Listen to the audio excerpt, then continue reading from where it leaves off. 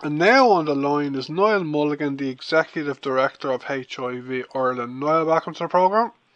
Thanks very much, Darren. Thanks for having me. It's good to talk to you again. Okay, cool. Niall, this is the second time we are doing an interview on radio. I last spoke to you on radio about 3.5 years ago.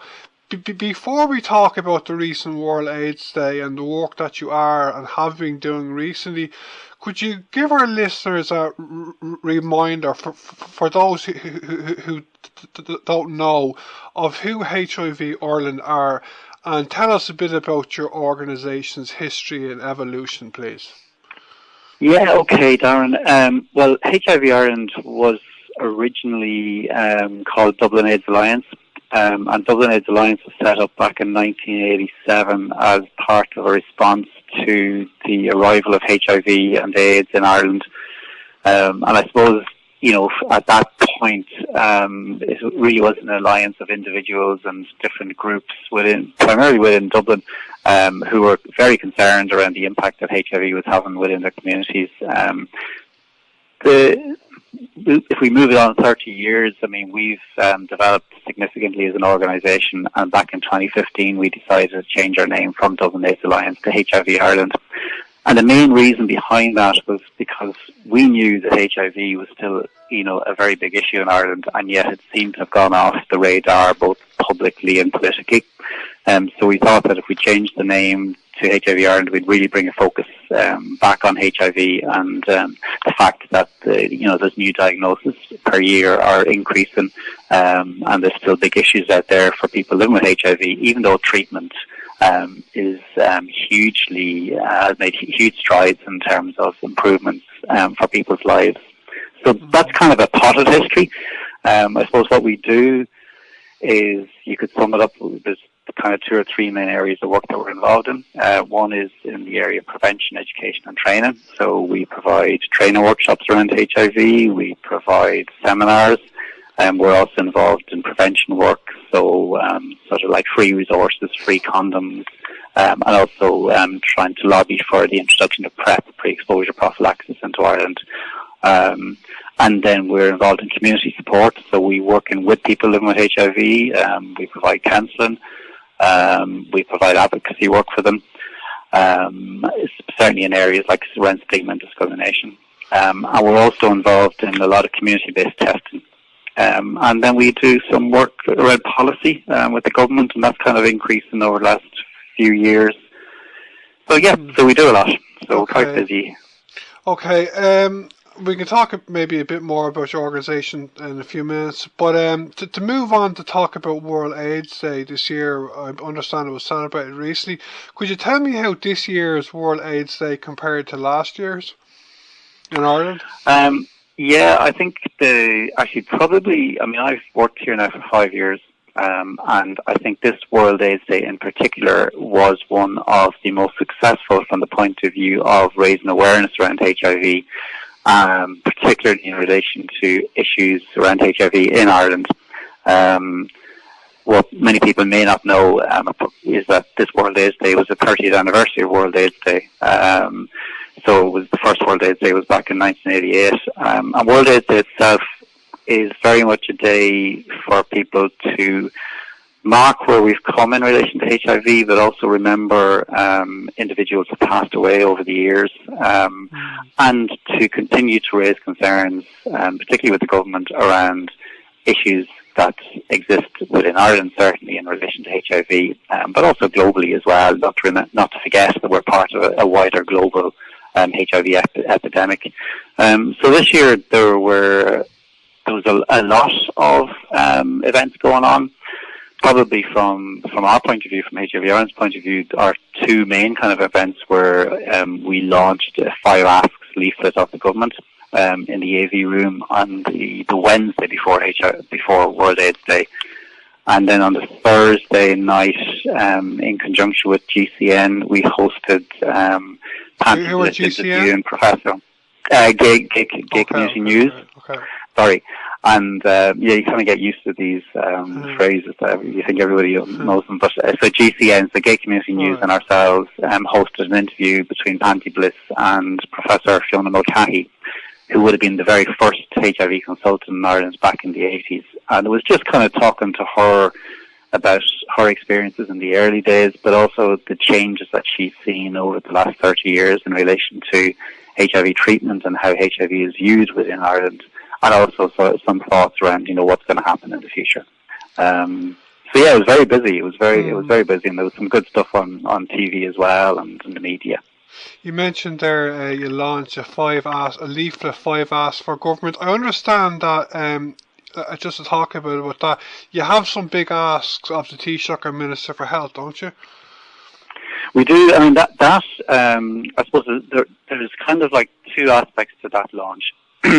One of the most important things that came out of that launch is that we persuaded all of the party leaders, 5 on the day, and then the Taoiseach on actually World AIDS Day, to publicly have undergo a HIV test, which was monumental in many ways, because basically it was bringing testing. The theme for World AIDS Day this year was Know Your Status. So it really was just sort of like normalising the fact that people should be encouraged to have a HIV test if they don't know what their HIV status is. And I think it's important to remember that you can actually contract HIV and not know that you are living with HIV, because you can experience either very few or no symptoms at all for a number of years. So it's really important that people do actually get tested for HIV. So politically, it was a very, very strong message to have, and there were pictures in terms of like the 5 leaders of the main parties, and then the Taoiseach on the Saturday released again a video of himself getting tested as well. So that was excellent in terms of sort of like cross-party political support for HIV testing and for the work of HIV Ireland. Also on the day we launched, a 5 Asks leaflet, which is really covering what we feel are kind of like some of the key areas that we think the government should concentrate on in 2019, and in partnership with the likes of ourselves and the HSE and other organisations. And in essence, basically what we were asking is that we were asking for Ireland to commit to what's called the International Fast Track Cities project, which is aimed at controlling the HIV epidemic. And this was an initiative. This was actually launched on World AIDS Day 2014 in Paris, and at the moment there's more than about 250 cities internationally have joined the initiative. And it really aims to kind of like bring together the concepts of prevention and treatment and testing to put a focus on those, put the resources into them in whatever the city is, to begin to reduce new HIV diagnosis and to attain what's called the UN's 90-90-90 targets, which, for people who wouldn't know what that is, basically there's a target the UN have set that by 2030, I think is the year, that we would have 90% of people who are living with HIV would know they are. 90% of people who know they're living with HIV would be accessing treatment, and 90% of people who are on treatment would have what's called viral suppression, which means that they can't pass the virus on to other people. So that was one of our key asks. And the other ones kind of revolve around increasing resources around community testing, increase in HIV prevention services. I mentioned pre-exposure prophylaxis earlier on. Also increase in community-based HIV counselling and support services for people living with HIV. And then to look at a national awareness campaign around that very fact that if somebody is on treatment and they're compliant with treatment and they're virally suppressed, they cannot pass the virus on to somebody else. So if they're undetectable, they're untransmittable. And that's a key message to get out, particularly in relation to combating stigma and discrimination around HIV. This is the You Equals You campaign, isn't it? Exactly, yes, exactly. That's what it's called. So it's a campaign that's been growing internationally for the last 2 or 3 years. It's backed by many clinicians and consultants around the globe, and it's a really important message to get out there, not just to the general public, but also to people living with HIV, because it makes a massive difference in terms of knowing that you can't pass the virus on if you are actually if you're virally suppressed, if you have an undetectable viral load. I know I had a read of that leaflet on your website, the 5 Asks of Government, and I know that you are very underfunded. I saw a report last week that Leo Varadkar said, it could have been on Twitter, I'm not sure, but he said that from next year on there will be an improvement in HIV services in Ireland. Can you tell me what he was talking about, and could you tell us if it's enough what he's talking about? Well, I suppose I would hope, and we would hope that's on the back of some of what we've been asking for in terms of the 5 Asks, and particularly in relation to increasing funding for counselling services and community testing. I know that he's talking within the context of the National Sexual Health Strategy, and the National Sexual Health Strategy very much outlines actions in relation to increasing community-based HIV and STI testing right across the country. And also in terms of those other supports. Will it be enough? I suppose it depends, because we don't know. I mean, the Taoiseach has said that he's supportive of this and the government is supportive of it, but until we actually see really in brass tacks exactly what that means in terms of our funding and in terms of our service level agreements, then it's hard to say will it be enough, because we don't know exactly what he's talking about. But certainly it's a move in the right direction. Because we really have a great opportunity now to begin to reduce new HIV transmissions in Ireland if we just carry out some of these 5 asks that we're asking of the government. Because at the moment, the new HIV diagnoses in Ireland are on the increase and have been for the last 2 or 3 years. Niall, Professor Michael Kelly lecture is on tonight, Tuesday. Can you tell me what this is? Yeah, it's an annual lecture by Father Michael Kelly, and Father Michael Kelly is. There are other people who would speak far better and with more knowledge around Father Michael Kelly than I do. But I've attended a couple of Father Michael's lectures. He has been a HIV activist for many years in Africa, and is highly respected both globally but also within Ireland. The lecture is hosted by Irish Aid, and there are a couple of other speakers as well on the night. I know that Robbie Lawler is one of them. I can't remember the other person's name off the top of my head. But it's a very significant night, and Father Michael Kelly is probably one of the most highly respected people working in the area of HIV and AIDS. Yeah, and to come back to what you said a minute or two ago, about your funding, I just think it's so important that you get enough funding to be able to provide your services. You know what I mean? It must be very frustrating for the last few years. You're in a job about 5 years now. Is it very frustrating, working when you haven't got adequate resources? Yeah, I think the main challenge, Darren, is that what tends to happen is that we will get funding to run a particular project. And so the specific costs of running that project, whether it's like a one-off for 6 weeks or over a year, will be contributed. But where we miss out is in actually the core running costs of an organisation. So that's where the problems exist. So you get funding for maybe 6 months or a year, that's gone, and then you're back to square one again. We try our best to fundraise, and that's increasing okay, but it's a very small amount compared to maybe some of the other bigger charities working in other sectors. But we keep going, and but it would be great to see resources increased just to meet the ongoing costs of running an organisation like HIV Ireland. And you mentioned counselling. If I was diagnosed with HIV and I went to HIV Ireland, and would I be able to get counselling, or is there a shortage of funding there as well?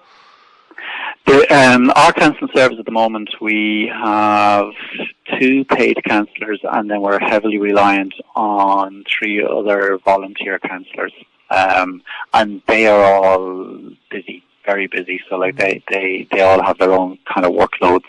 The importance of counselling is quite significant, because HIV treatment is excellent in this country, and once somebody accesses treatment and becomes compliant with their medication, then they can live, from a physical point of view, a very healthy life over the same sort of lifespan that you would expect with for the rest of us who are not living with HIV. There can be some issues in relation to aging further on down the line, but like it's such a difference between now and say like the 80s and the early 90s. However, where there's a dearth really of support is in relation to the kind of psychosocial side of it. So like the impact, the actual emotional and psychological impact that's being diagnosed with HIV has on somebody, not on everybody, but on a lot of people. We conducted a survey last year with people living with HIV in relation to their experience of stigma and their experience of living with HIV. And I think 17% of people said that over the previous 12 months they had considered suicide. God. So that is a significant, and I suppose that's what we're talking about. That's what like these individuals need, that kind of support to work through some of the issues and the impact that living with HIV has on them. Yeah, I can certainly imagine, like, if I was diagnosed with HIV, I'd take it as a blow, and I think I'd need to go to counselling for a while anyway, and if there's not enough funding for the service, I just think that's outrageous, you know what I mean? We'll come towards the end of the interview. Niall, you may know that this programme on Near FM that our interview today is going to be broadcast on is called Global Solidarity.